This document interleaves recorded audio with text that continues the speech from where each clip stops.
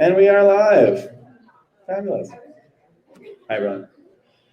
Hi, my name is Aaron, and I'm delighted to be introducing our next speaker. Michelle Barrett comes to us from Edmentum, where she is the Vice President of Research and Learning Engineering. She'll tell you all about Edmentum and learning engineering and how you can get involved. Please welcome Michelle Barrett.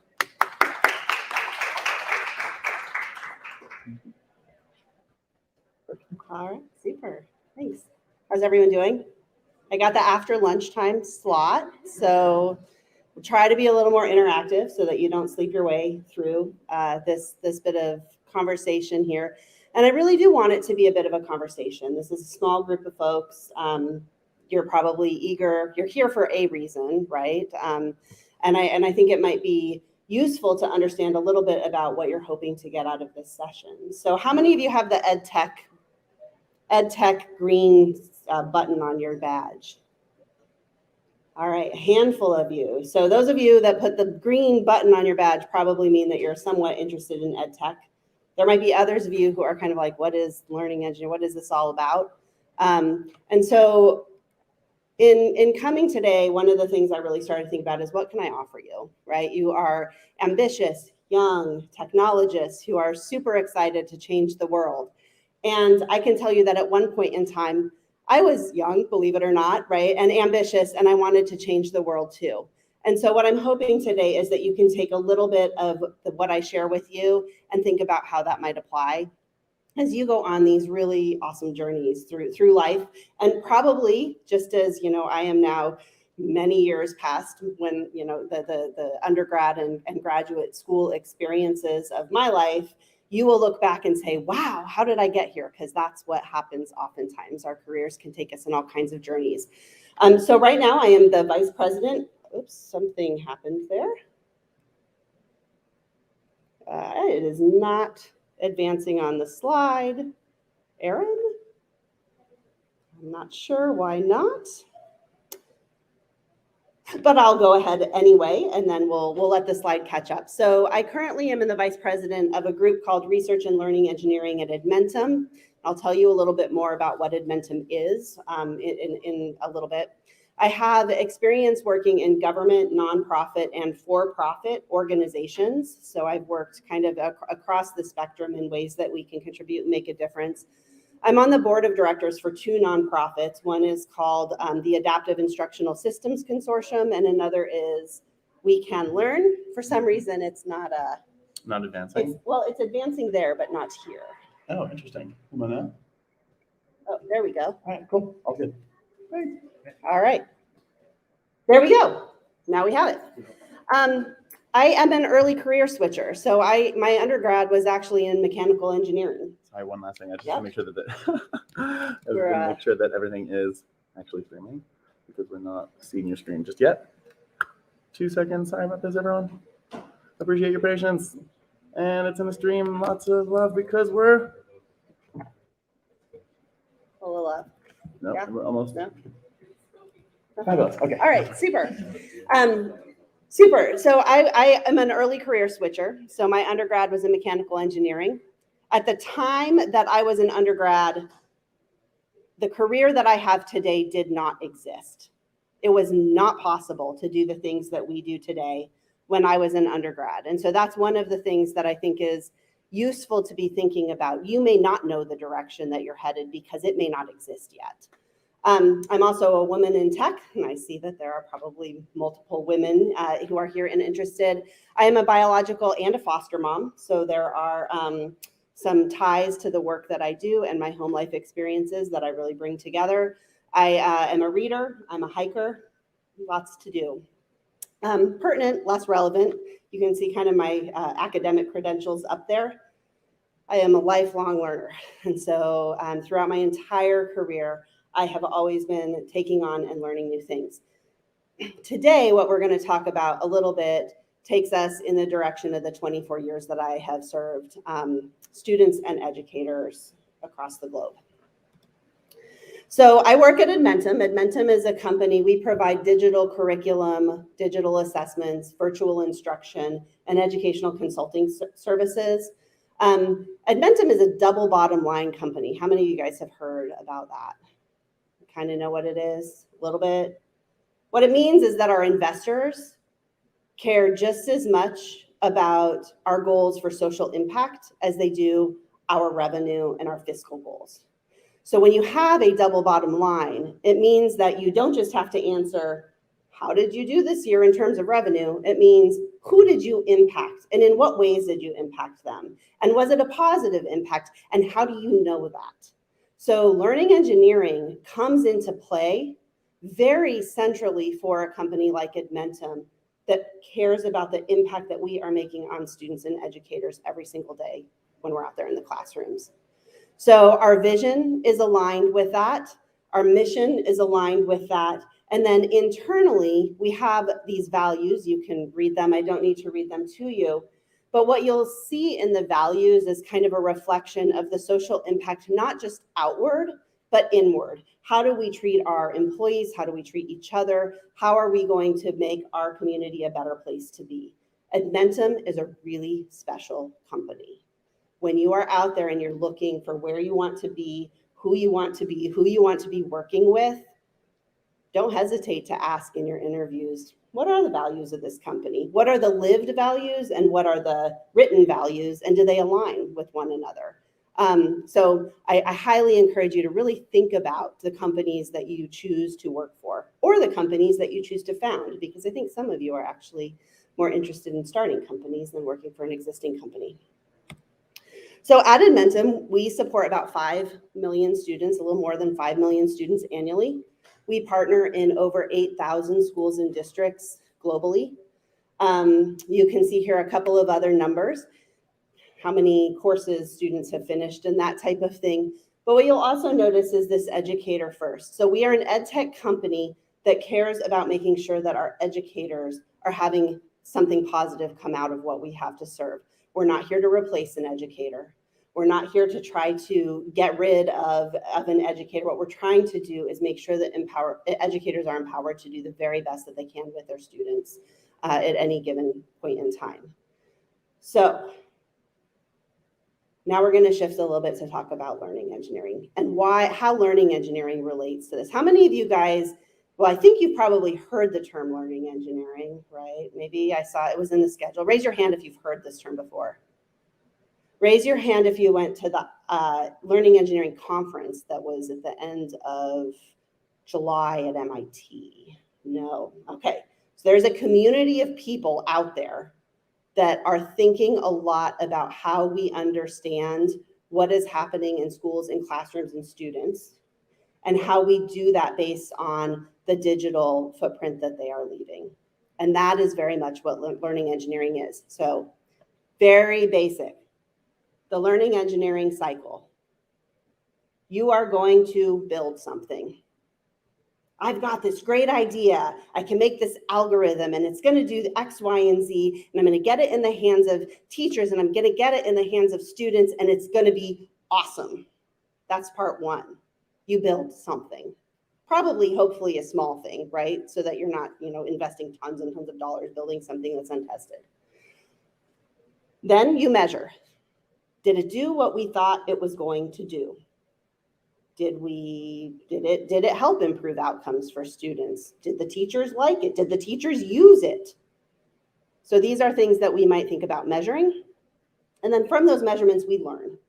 And oftentimes we learn things that are unexpected, but we learn and then we go into the next cycle. After we learn, we build again.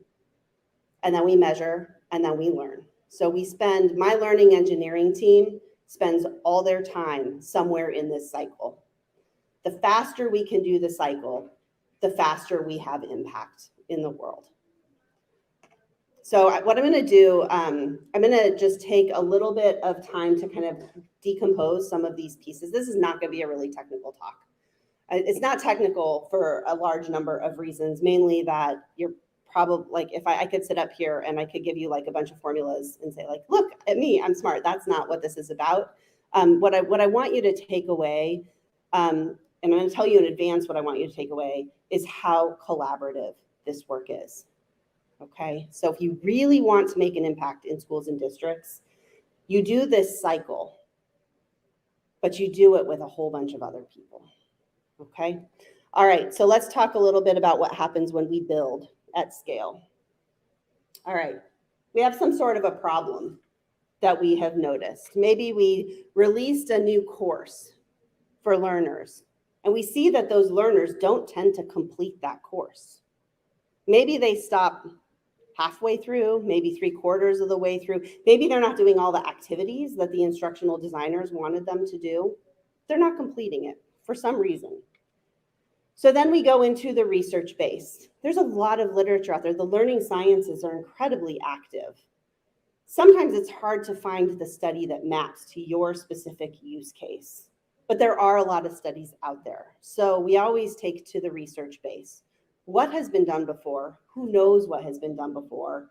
How do we get some conversations going and understand how that might relate to what we're doing? Then we have a theory of action or a logic model, which says, okay, so given that students are going to be using a computer in this classroom, in this setting with this kind of a coach or a teacher, here are some activities that we think that they're going to do. And based on those activities, we're going to see a certain set of outputs. And from those outputs, we're going to see some outcomes, short-term outcomes, medium-term outcomes, long-term outcomes. What is important about this step is that you actually write that down.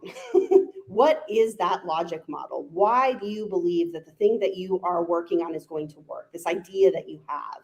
So write down the logic model because that becomes really important for measuring later.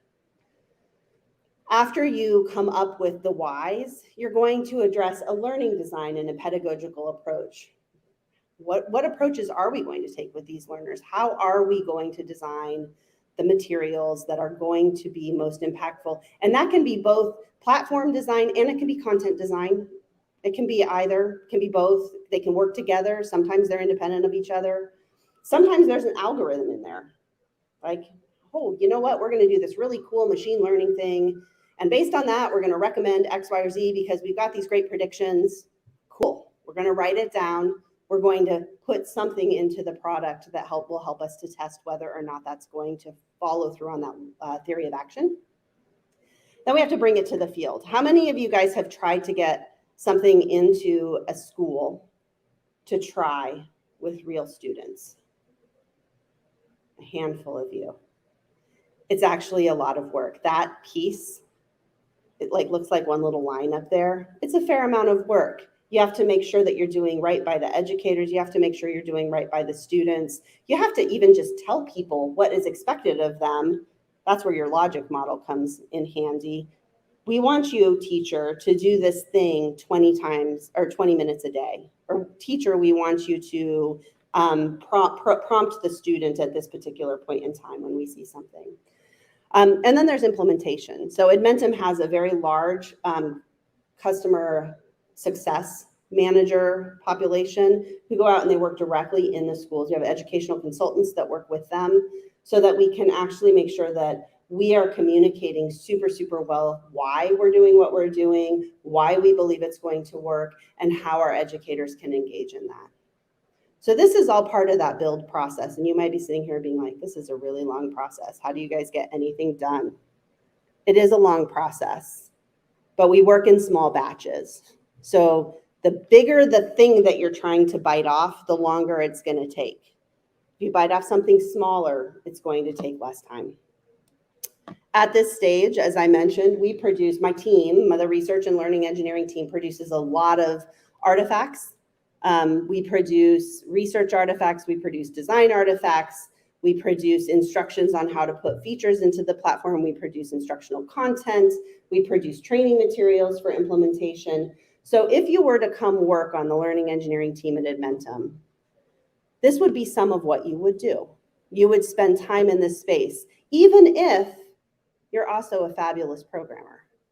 So this is just something to keep in mind. You will partner with people for this, and you will do some of this yourself, because as a programmer, it's our expectation that you'll understand the context in which you are writing the code or the program. All right, I'm going to pause here. Anyone have any thoughts, questions, ideas about this particular building process? Any questions? Anything you really want to know? Yeah. It's nice to meet you too.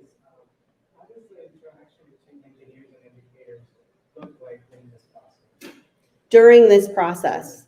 That is a great question. So we will, at different points of this process, we will engage our user experience designers, we'll engage user experience researchers.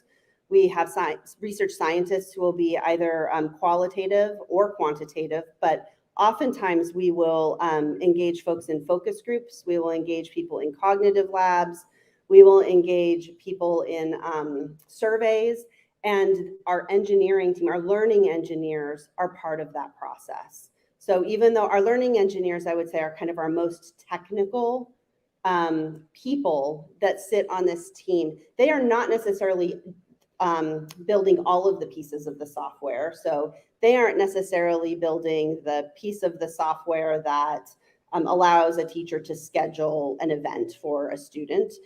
The learning engineers really tend to focus much more on pieces of the platform that have to do with learning.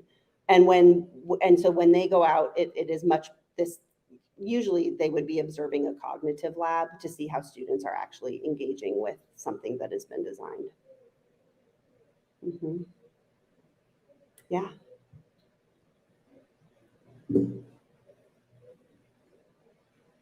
Yeah, I guess some kind of thought that I was having is the teachers sometimes they have some experiential ways of learning. Do the engineers take that into account when designing these kind of things? You mean the teachers are designing experiential things within their classrooms? Yeah, with the students. Absolutely. So it depends on this. It depends on what our particular offering is meant to do. So at Edmentum, we have products that we serve kindergarten through 12th grade. And we have some products that are supplementary instruction, like adaptive learning or adaptive instructional systems that are really done where the student is kind of working independently by themselves, maybe in a station rotation or something like that. Those we don't tend to see teachers using in an experiential learning kind of a way. As we go up in grades, we end up with, we have a couple of different models. Some are brick and mortar classrooms and some are virtual classrooms. And so that whole idea of experiential learning, it takes on a little bit of a different flavor depending on where and how the teacher is interacting with the students. So our products themselves are not, I would not say that they are designed for that type of learning. Yeah. So I see a couple more questions. Yeah, this is great. So I kind of have like a thought on, I would believe that you gather a lot of data and you have quite the team and there are different sectors, the engineers and all of that. What would you say about the data interpretation process and how the different fields and what they see as successful data, interpretation or what not? How does that come together to bring one voice into what you see from all of that data and what you're going to implement at the end of the day? Absolutely a fabulous question, and I'm not going to answer it right now because it's in the next couple slides. It is where the measure and the learn come in. So if we build, and then we have to measure, and then we learn. Interpretation is actually very much in that learning phase.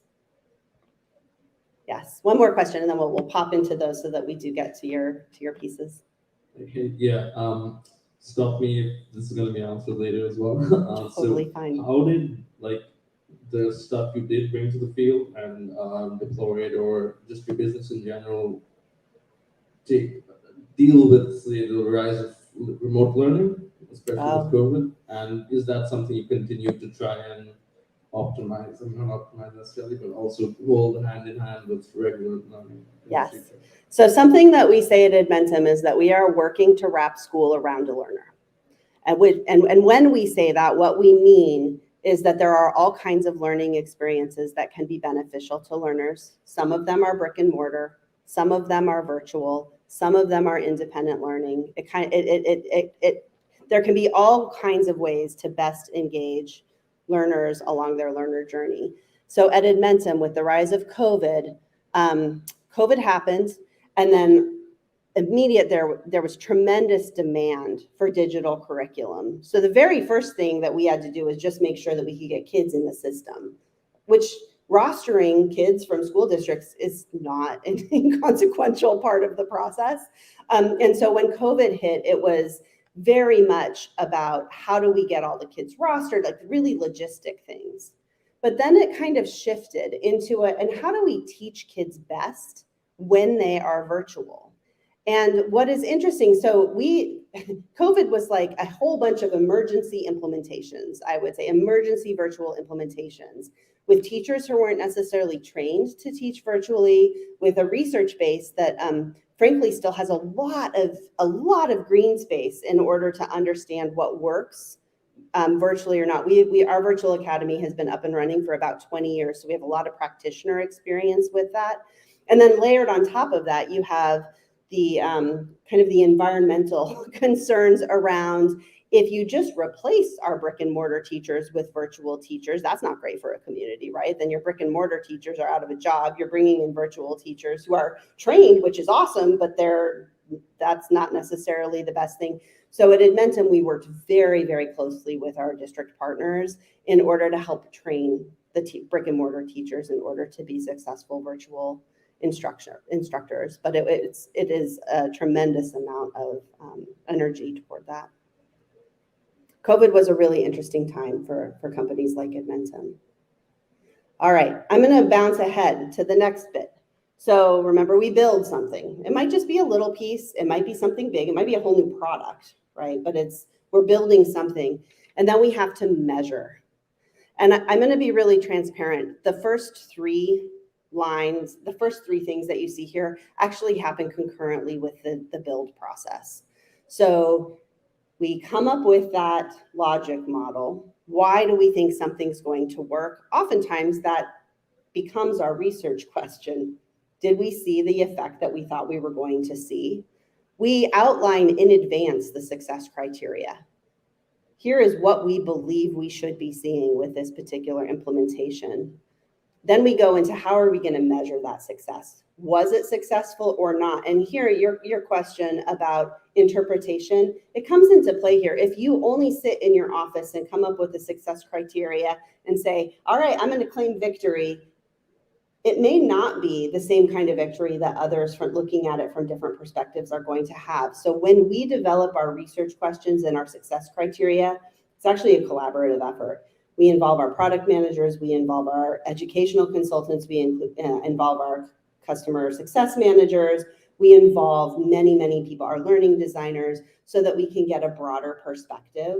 And then we'll actually work with some district partners as well and share those with them and say, does this look like success to you? And that can be a really beneficial way upfront to understand whether or not you get to claim victory at the end of whatever it is that you just built. We pay a lot of attention to validity. I actually have an assessment design and psychometrics team also within the research and learning engineering department. How many of you guys have heard of the word psychometrics? A few. So this is kind of the science of how you measure what people know and can do. Lots of statistical analysis goes into the field of psychometrics. Really, really valuable if you're trying to understand if learning was successful. So our psychometrics and assessment design teams think a lot about the validity of the measures that we'll develop to measure success. We have to instrument the system to collect the data that would help us to understand whether something was successful. We have to figure out how we're going to collect that data. Is it going to just be pushed out to everybody? Spoiler alert, don't push it out to everybody or you won't actually be able to measure the effect. Make sure you pick a good sample of students that you're going to be working with, know who is in that sample. You have to build the data pipeline. So our products, all of our products have databases attached to them. Those databases are optimized so that the learners have a positive experience while they're in that system. If my research team goes in and just tries to do queries on those databases all the time, it's really, really painful for the learners because we slow everything down. So we have a data lake. So we have to get the data pipelines where our data gets piped from our product data stores into our data lake. And then from our data lake, we actually have a bunch of research data pipelines that we employ in order to make the data usable to researchers, because researchers, there are very specific requirements for data that researchers are going to use, and they don't look like the same requirements when you're building really good production level software that your end users are using. So we build a lot of data pipelines, and then we come back to the validity question. Was it implemented with fidelity? Are our models appropriate? Are we selecting the right psychometric models? Are we selecting the right, we work with all kinds of models on my team, all the way from like very basic inferential models through machine learning models, but you always have to understand what that model is about and what's going to make it valid and what's not going to make it valid. You have to understand the assumptions that go into those models so that when you apply them, like it's not just as easy as picking up the latest machine learning package in Python and being like, cool, we got it. You actually do kind of have to know what they're doing underneath the hood in order to know if they're applicable in this particular situation. We look a lot at reliability. Would we get the same answer if we measured this multiple times in a row? Or would the answers be completely different? That's a really important thing to look at. Fairness and bias. I think you guys had a talk a little earlier this morning about bias in some of the models and algorithms and such. We also look at things like concurrent and predictive validity. Is our measurement, does it sync up with other measures that are out there? Or is it like so divergent that maybe we're not measuring what we thought we were measuring? We look at predictive validity. Can our models predict something that is happening for a learner that is in a future state? So there's a lot of work that goes into this. This is shared between our psychometrics team and our learning engineering team, depending on what pieces they're looking at. And then finally, we apply those measures, we code those metrics, and we create dashboards so that we can actually watch what's happening in almost real time, near real time, as the products are out there in the field with real life teachers and real life students. So measuring at scale, we have a lot of artifacts that we generate. We'll generate technical reports for our more formal assessments. There is a body of professional standards for those of you who are interested in the field of psychometrics. There's a body of professional standards that we adhere to, standards for educational psychological testing. So we do a lot of work to make sure that we're adhering to those. We will also make sure that we have a solid research base for the kinds of metrics that we're calculating. So right now, we're doing a fair amount of work in learner engagement, like how are learners engaging with these different types of things. But we don't just say, oh, time on task, that's engagement, because it's not. And so we look at productive learner engagement, and what do we mean by that, and how could we measure it? So there's a really solid research base under it. We use papers from groups like Sidney DeMello's, you saw, some of the work he's doing. We use papers from his group. We use papers from UPenn, where Ryan Baker is, in order to make sure that what we're measuring actually has some theoretical underpinning that makes sense, that we understand what it looks like out in the field. And I'll be really honest right now, behavioral engagement is much easier to measure than some of the other kinds of engagement, but we're working on that. The data pipelines, we process over 1 billion student data points per week at Edmentum. So it's mind-boggling, right? Make sure you don't leave your technical skills behind. So all of this is like super exciting and super valuable. Your technical skills are where you start being able to work with the volume of data. Sometimes we have a really high variety in the data that can come in, like discussion boards that students are entering their responses into, or that type of thing.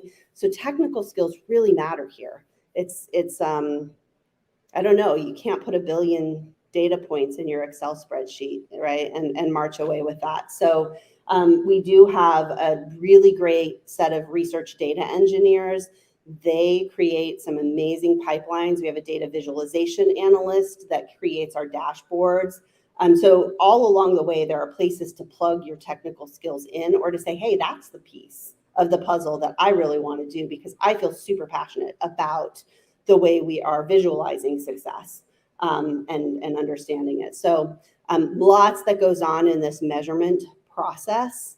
And you need lots of skills at this point in time, lots of technical skills in this piece of the puzzle. What questions do you have about the measuring piece? Yeah.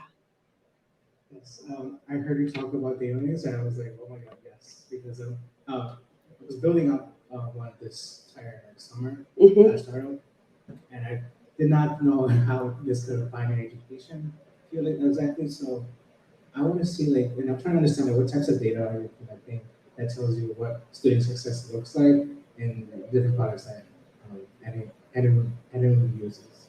So what kinds of data do we have? So we have clickstream data. So we can see lots of response times. You can see, we aren't, because we're in schools and classrooms, we don't yet collect a lot of what would be considered multimodal data. We don't turn cameras on students at this point in time for privacy reasons. So there are certain things that we have to infer from the data we're collecting. But so we have clickstream data, we have more traditional, fairly highly structured data, which is student responses to questions that they're posed after instruction. We have data on things like where maybe there's an instructional video in one of our courses, students stopped watching the video, where they started watching the video. We have data on which tools students are using as they're engaging with the material. So did they engage the calculator? Did they engage a highlighter? Did they use the magnifier? Did they use answer elimination? And so we can look at those kinds of data points for our learners. Let's see, what else do we have in there? We have more data, I will say, than what we currently access and use. It's a big set of energy to be able to do that. So right now we still address with pretty targeted questions. Data lake is really important. And I've worked at now, this is my, I've been at a lot of companies. It's really easy to end up with a data swamp.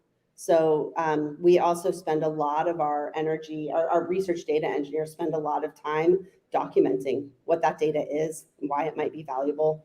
And then as our researchers are working, if we learn something new about that data, they'll actually go back in and add it to the metadata so that we have that understanding and we can share it from one researcher to the next researcher.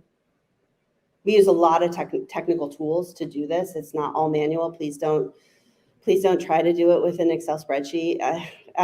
It's happened in the past. I've seen it. And it makes it really difficult. So make sure you're using, there's a lot of great tools and technologies that are being built for this kind of work. Make sure that you know how to use them. You see here at Edmentum, we use a tool called Databricks. It's fabulous. We also use something associated with called Delta Lake. But figure out what those tools are that companies are using and make sure that you're honing your skills to be able to work within those environments. Yeah. Just very short thought on what qualitative data means to you in this aspect and how you measure stuff like that. I mean, qualitative in the sense that it's quite subjective to the students, what they perceive and how they write it down. Right. We have a couple of frameworks to, pick out the, main frame and, try to gather them together. But I just want to know your thoughts on what qualitative data actually matters in, measuring stuff like this in learning engineering. Absolutely. So qualitative data, we usually pair them both. We find mixed methods is the best way to approach this. And most of our qualitative data will come through cognitive labs and structured interviews. And then we'll use tools to be able to interpret that. The data that's coming through this kind of a pipeline, we've already usually done the cog labs that help us put a little bit of a lens of interpretation on top of it. We'll use structured case studies in some scenarios in order to get out into the schools and districts to really observe what is happening. I mean, most of you guys know, you're technology users. If you walk away from your computer, it doesn't necessarily mean you were frustrated on doing something on your computer. It just means you were thirsty and needed to go get a drink of water. That happens with our students too. So we are pretty careful about the kinds of interpretations that we draw from the data because there are certain things we know we can't see in what our learners are doing out there. So I think we have time for one question. I think also hasn't asked a question yet. Just kidding. All right. Go ahead. So I'm curious because you mentioned this. Most of your stack was S3. I mean, so Oh, Amazon. Amazon, yeah. Yeah, so AWS. So what made you choose Databricks over like AWS's own tools like Glue or Athena for that like?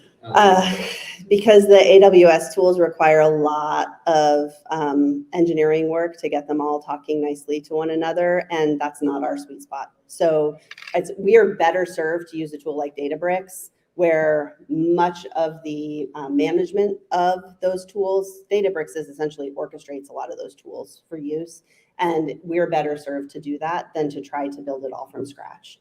One of the things you have to know is like, what are you good at? Where do you want to spend your investment dollars and where do you not? And there's no way that a small company like Edmentum could keep up with the $2 billion investments going into Databricks from a technology perspective. All right, so I know that we started a little bit late, so I'm gonna try to like go a little bit quick on these last pieces. So after we measure, then we have to interpret. We pull together people from across the organization in what we call data jams. Hey, you guys, here's what we saw. What are we missing?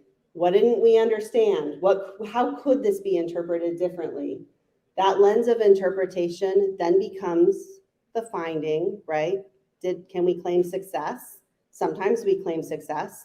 Sometimes we don't claim success. Sometimes we find something unexpected. Sometimes we dig into nuance. And at the heart of that, we get a new problem to solve. And the process starts over again. So that is essentially how learning engineering at Edmentum works. It is a cycle. It is a process. It is a practice. And we have people called learning engineers who are great technologists, who also understand something about the world of education, who help this entire cycle come to fruition. Here's the roster of all of the people that interact at Edmentum in learning engineering. It really is a team sport. You'll see people listed here all the way from somebody who's out in the field working, even down to the students, right? When we ask them to do a COG lab with us, we are asking them to give us their ideas, their time, their energy. So we really do consider them as partners in this journey. One last little piece. If this is a field that intrigues you and interests you, I do have some perspectives on how to make it work well for you. So the first thing is really be ready to get your hands dirty. The problems that we're trying to solve out there in education, they're not simple, and there is no magic silver bullet of technology that's going to solve some of these problems, but technology can help. So be ready to get dirty. Know you're going to find more nuance and more to dig into than you're going to find success. So if you're not a person who doesn't deal well with sometimes being disappointed, maybe think about that, consider that.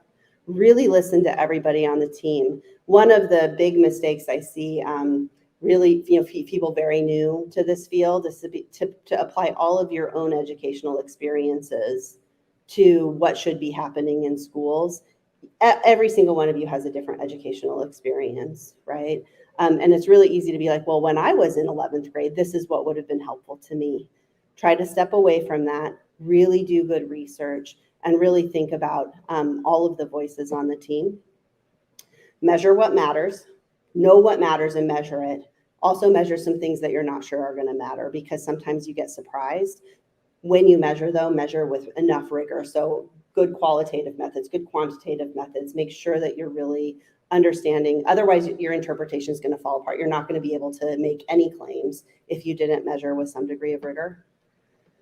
Get really excited when you find that unexpected thing, because sometimes it unlocks the understanding for the next thing that you want to do.